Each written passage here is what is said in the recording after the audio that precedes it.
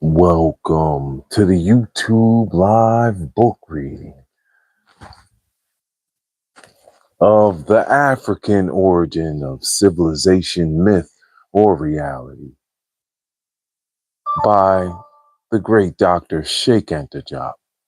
Thank you so much for being here with us in this book reading today on this special Wednesday. Yes, May 13th. And we start and pick up on the third chapter of this wonderful, magical book, giving us wisdom and knowledge. Peace. It's special. It's so special today. The great Stevie Wonder's solar return today. We love Stevie. We love Stevie Wonder. Yeah.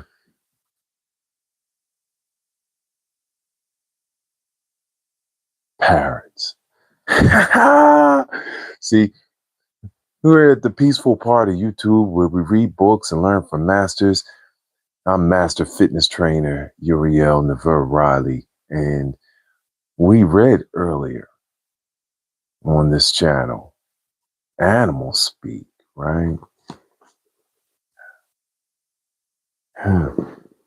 And so Animal Speak is one of those great books that you can find on this peaceful channel. So thank you for being here and reading with us. The third chapter of The African Origin of Civilization, Myth, or Reality. Here we go. Page 43 for those reading along, and we'll put a vocabulary in the description when it's finished uploading. Modern falsification of history. Chapter 3. Modern falsification of history. The problem of the most monstrous falsification in the history of humanity by modern historians could not have been posed better than Volney did. No one could have been abler than he to render justice to the Black race by recognizing its role as mankind's pioneer guide on the road to civilization. His conclusion should have ruled out the subsequent invention of the hypothetical white pharaonic race that allegedly imported Egyptian civilization from Asia at the start of the historical period. In fact, that hypothesis is difficult to reconcile with the reality of the Sphinx, which is the image of a pharaoh having a head of a black. That image is there for all to see. It can hardly be discounted as an atypical document, nor relegated to the storeroom of a museum to remove it from the dangerous meditation and, of those susceptible of accepting factual evidence. After Volney, another traveler, Domini de Rienzi, or Rienzi, early in the 19th century, reaches somewhat similar conclusions concerning the Egyptians. It is true that a black in the distant past, the dark red Hindu and Egyptian race dominated culturally the yellow and black races, and even our own white race then inhabiting Western Asia. At that time, our race was rather savage and sometimes tattooed, as I have seen depicted on the tomb of Sesostris I in the valley of the Bibael or Bibanel Moloch at Thebes, the city of the gods. As far as the dark red race is concerned, we shall see that it is simply a subgroup of the black race, as presented on the monuments of that time. In reality, there is no dark red race. Only three well defined races exist: the white, the black, and the yellow. The so called intermediate races probably result solely from crossbreeding. Figure 28 shows that the dark red color of the Egyptians is nothing but the natural skin color of the Negro. If Ryenzi speaks of a dark red race instead of a black race, this is because he could not possibly rid himself of the prejudices of his day. In any event, his observations on the condition of the white race, then savage and tattooed, while the dark red races were already civilized, should have precluded any attempt to explain the origin of Egyptian civilization as due to whites. Champollion expanded with humiliation on the backward condition of the latter at a time when Egyptian civilization was already several millennia old. In 1799, Bonaparte undertook, undertook his campaign in Egypt. Thanks to the Rosetta Stone, hieroglyphics were deciphered in 1822 by Champollion the Younger, who died in 1832. He left as his calling card in Egyptian grammar and a series of letters to his brother, Champollion Figeac, letters written during his visit to Egypt, 1828, 1829. These were published in 1833 by Champollion Figeac. From then on, the wall of the hieroglyphics was breached, unveiling surprising riches in their most minute details. Here we go. This is 28, what he was talking about in the previous page. Now we moved on to page 45 of this wonderful book. Here we go. 28, the figure, the famous dark red color. This is the color that has caused so much ink to flow.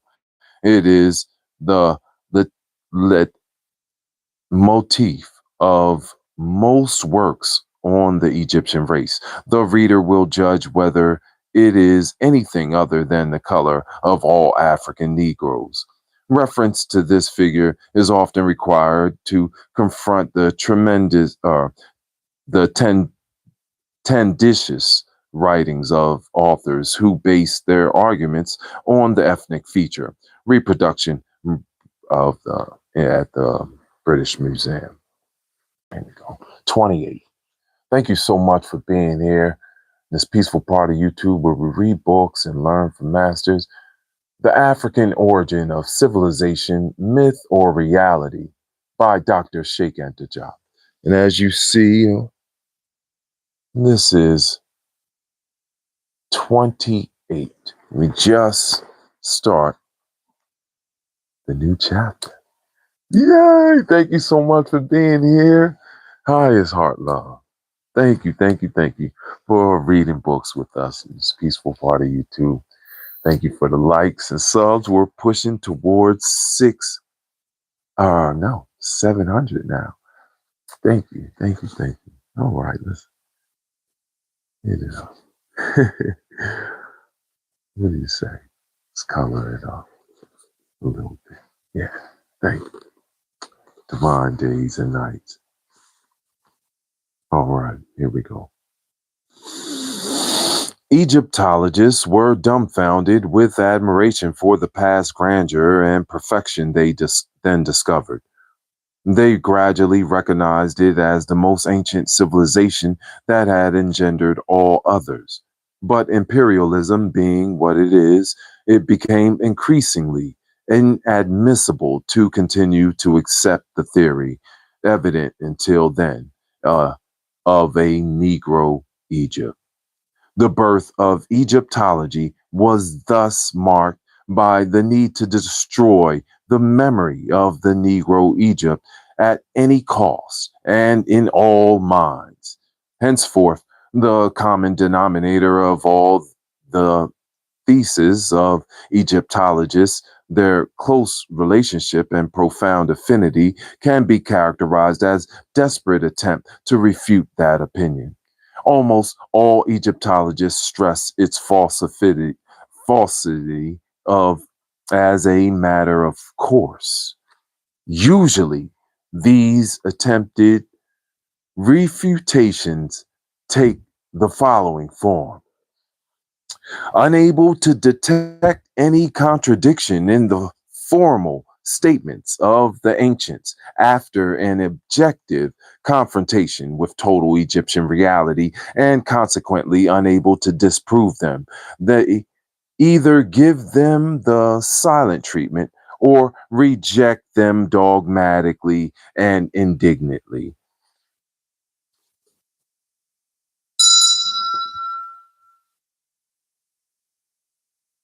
You have to put a pin there because still doing that to this day. They still do that to this day. And that's part of that's why I was saying Sheikh and Diop dealt with all of this before us so that we can see it and recognize it. Anti-blackness, so on and so forth. We can recognize it like that. And that's how my life is planned out. And, I've been able to set myself free, heal myself, heal other people because of information like this, of self information and knowledge. Thank you so much. Hi, is heart love. All right. Yeah, we love the people, all the people. Yeah, all of them, all of them. Just want to set the truth in order, in alignment, balance. Ma'at Ra. Yeah.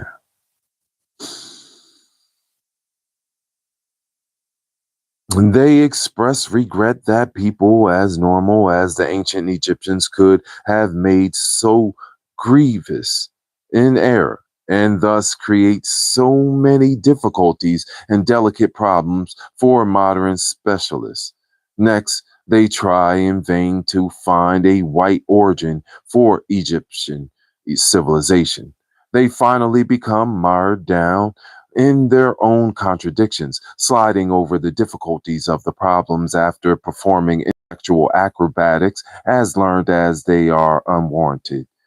They then repeat the initial dogma, judging that they have demonstrated to all honorable folk the white origin of the Egyptian civilization. It is the whole body of these theses that I propose to expose one after another. In the interest of objectivity, I feel compelled to examine each point of view thoroughly so as to be fair to the author involved and to enable the reader to become directly familiar with whatever contradictions and other facts I may point out. Let us start with the oldest of these, that of Champollion the Younger, set forth in the 13th century. 13th letter to his brother. It concerns bas relief on the tomb of Sestris I, as also visited by Rienzi. These date back to the 16th century BCE, 18th dynasty, and represent the races of man known to the Egyptians. This monument is the oldest complete ethnological document available. Here is what Champollion says about it.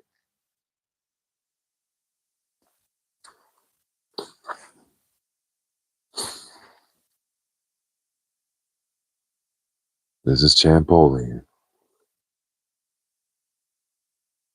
Right in the valley of the Biban el Muluk, we admired, like all previous visitors, the astonishing freshness of the paintings and the fine sculptures on several tombs. I had a copy made of the peoples represented on the bas reliefs. At first, I had thought from copies of these bas reliefs published in England that these people of Different races, led by the god Horus, holding his shepherd's staff, were indeed nations subject to the rule of the pharaohs. A study of the legends informed me that this tableau has a more general meaning. It portrays the third hour of the day, when the sun is beginning to turn on its burning rays, warming all the inhabited countries of our hemisphere. According to the legend itself, they wished to represent the inhabitants of Egypt and those of foreign lands. Yes, this is perfect.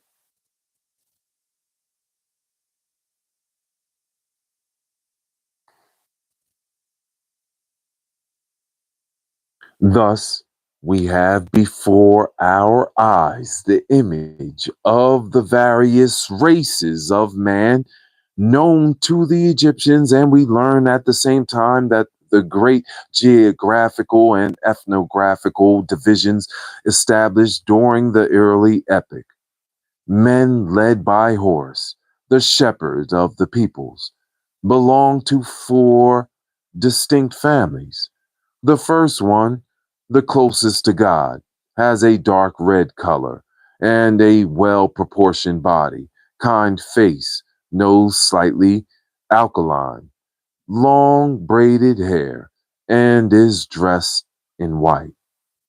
The legends designate this species as Rot- Rotten Ne Rome or Roten Ne Monet, the race of men par excellence, i.e., the Egyptians. There can be no uncertainty about the racial identity of the man who comes next. He belongs to the black race, designated under the general term Nahasi. The third presents a very different aspect. His skin color borders on yellow or tan. He has a strongly alkaline nose, thick black pointed beard, and wears a short garment of varied colors. These are called the Namo, Nomao, or Namao.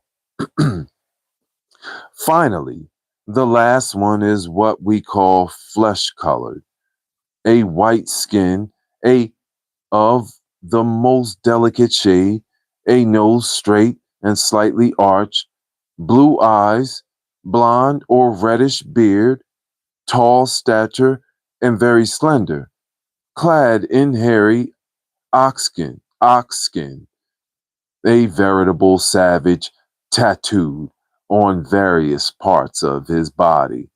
He is called Tamhao or Tamhu.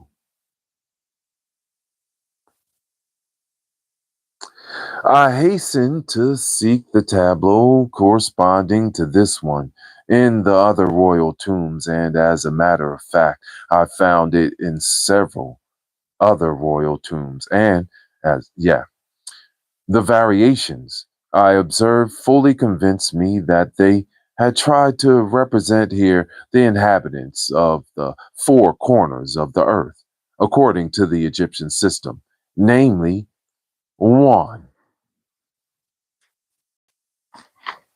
Mm, mm. Here we go. Let me give a sacred pause for this. See, that's what we can do when we're at peace, right? We can do whatever we want. Take our good old time because I want you to master this information. That's why I normally give you days in to just relax with the information, breathe with it, be able to take your time with it. That's why I put it up on this channel as well, so that you know people could just read books. They could take their time reading the books. It's already done. completed. Thank you so much for being here. Here we go. One, the inhabitants of Egypt, which by itself formed one part of the world. Two, the inhabitants of Africa, proper blacks. Three, Asians. And four, finally, and I am ashamed to say so, since our race is the last and the most savage in the series, Europeans who, in those remote epochs, frankly did not cut too fine a figure in the world. In this category, we must include all blondes and white skinned people living not only in Europe, but Asia as well. Their starting point. This manner of viewing the tableau in all the more accurate because on the other tombs the same generic names reappear, always in the same order. We find there Egyptians and Africans represented in the same way, which could not be otherwise.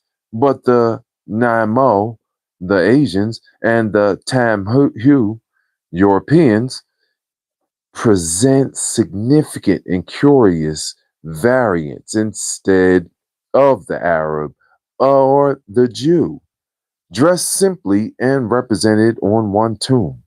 Asia's representatives on the other tombs, those of Ramses II, etc., are three individuals: tanned complexion, aquiline nose, black eyes, and thick beard, but clad in rare splendor. In one, they are evidently Assyrians.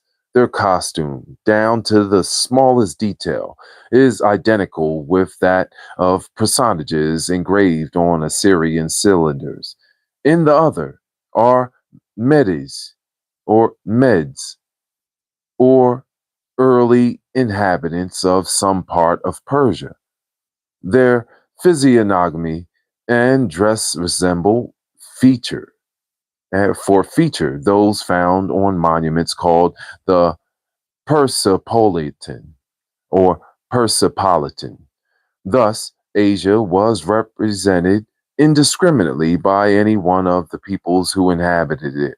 The same is true for our good old ancestors, the Tamhu or Tamhao.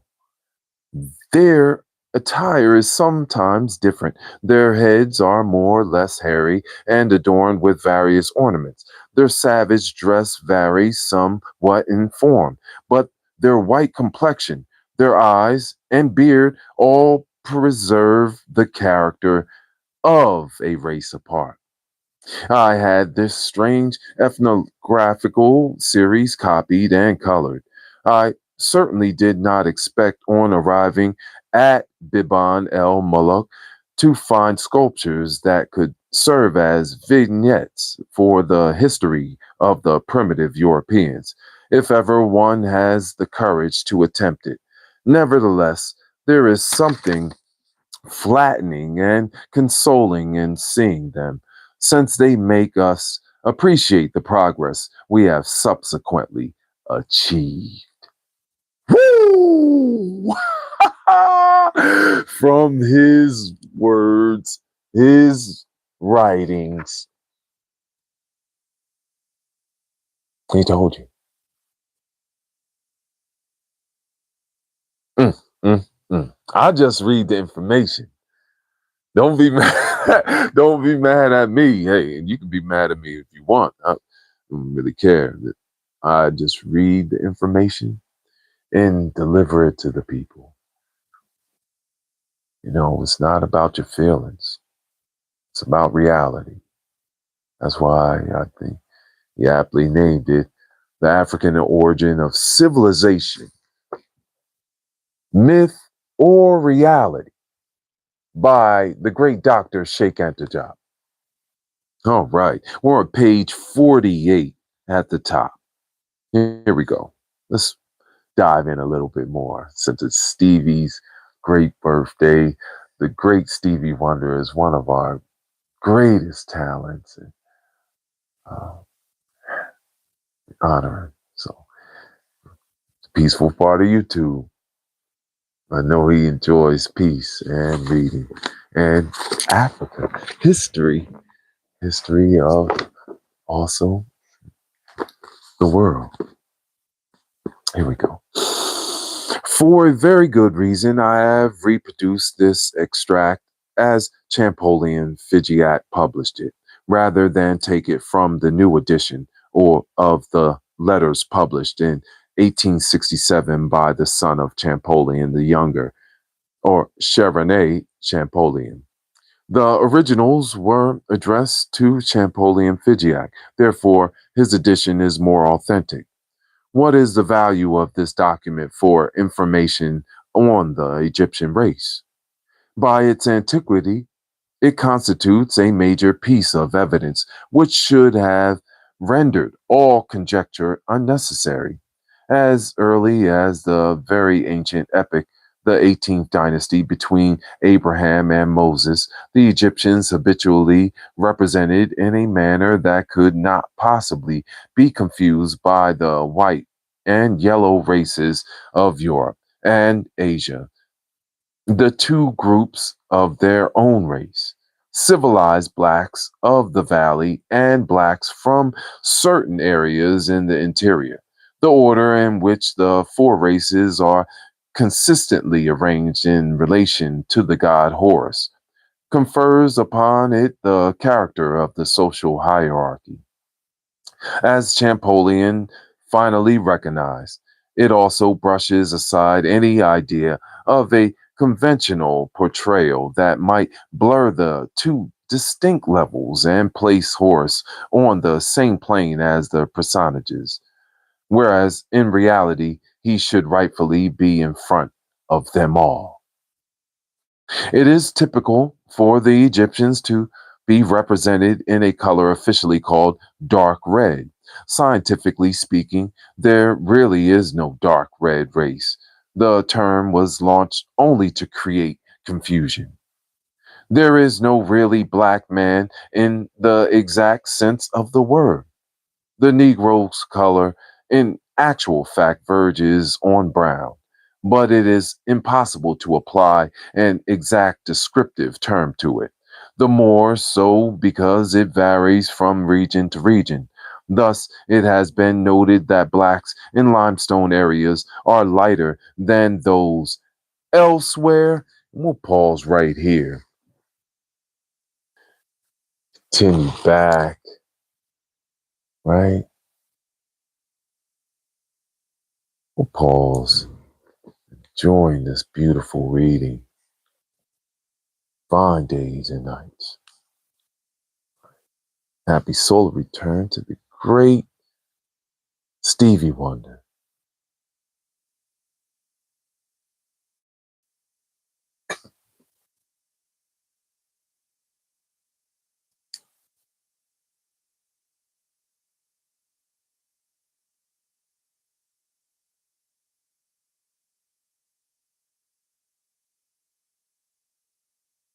I wish you enjoyed the reading.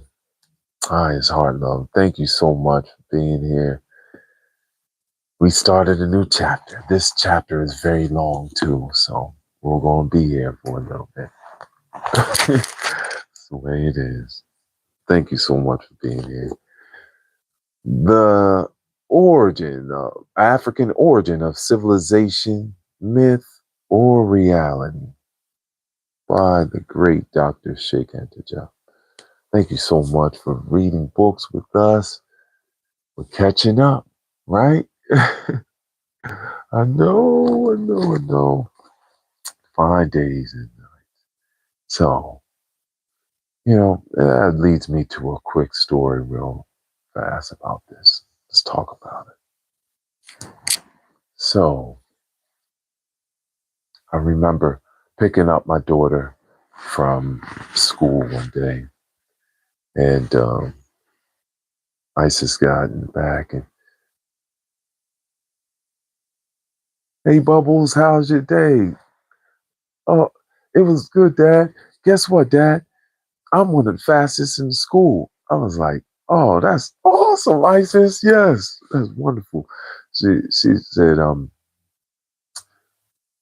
yeah, Dad, the only one that is as fast as me is another little boy, Javion. And Javion, I was I was like, oh, that's really good. That's really awesome, Isis. She's like, yeah, he's brown like you, Dad. His color's brown like you. That's what she said. She pointed at. And I was like, yeah, that's beautiful. And it like really just like really at that age because I was what I was just hitting my I wasn't even in my yeah, I was just getting to my 10,000 days and nights on this planet. And it's just like, wow, that's the innocence and reality of children. They see the real colors in us. And somehow, along through society that we live in now, you accept that you're black. It's deep. So I had to meditate with that for a while. And it's just, it shows you children know the truth. They're always telling us and giving us the truth. And when you can accept truth, you create your world so much more sturdy. It's like building a house. That foundation is good and build up it all around because it's going to be held tight from the foundation. That's why I'm so grateful and thankful for my mother and father, the way they raised us, right? Thank you so much. Awesome. Thank you so much for being here. Yeah, we are the top species on this planet. And, I don't have to go into rooms and roar. I don't have to make a scene. They know I'm there. And so that's how you can also flip it and understand those that aren't living in their truth because they don't want to talk about themselves or explain, or they don't want to even um, be based in reality. They want to create fantasy. So, highest heart love, we love you. Stevie Wonder, let's give a glass of love water to all the solar returns, all those that have elevated. Masters are always going to be mastering. Thank you so much to the great Stevie Wonder. Highest heart love. We love you. Mm. Oh, that's perfect badge. Love water. Thank you so much. Look at this love. Oh, thank you so much. Highest heart love. You have a wonderful day, and we will see you soon when we reconvene with the African origin of civilization, myth, or reality. Got the title. Yes. Champions of reading are here. Right. Saturn energy. I know Mercury's in retrograde right now, and that's okay. We're going to go and do another meditation today. Hope you join us here. This peaceful part. All right. Thank you so much. I love you. I love you. I love you. You know it. Here we go. Let's sing it. Ay, ay, ay, ay, ay. Love, love, love you, you, you, you, you. Ay, ay, ay, ay, ay, ay, ay, ay.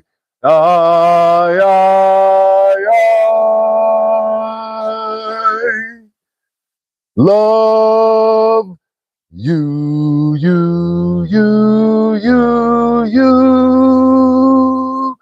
you. You know, because I love myself. Thank you so much for being here. We shake it up on YouTube, reading books. Highest heart, love, and honor. I will see you soon when we reconvene.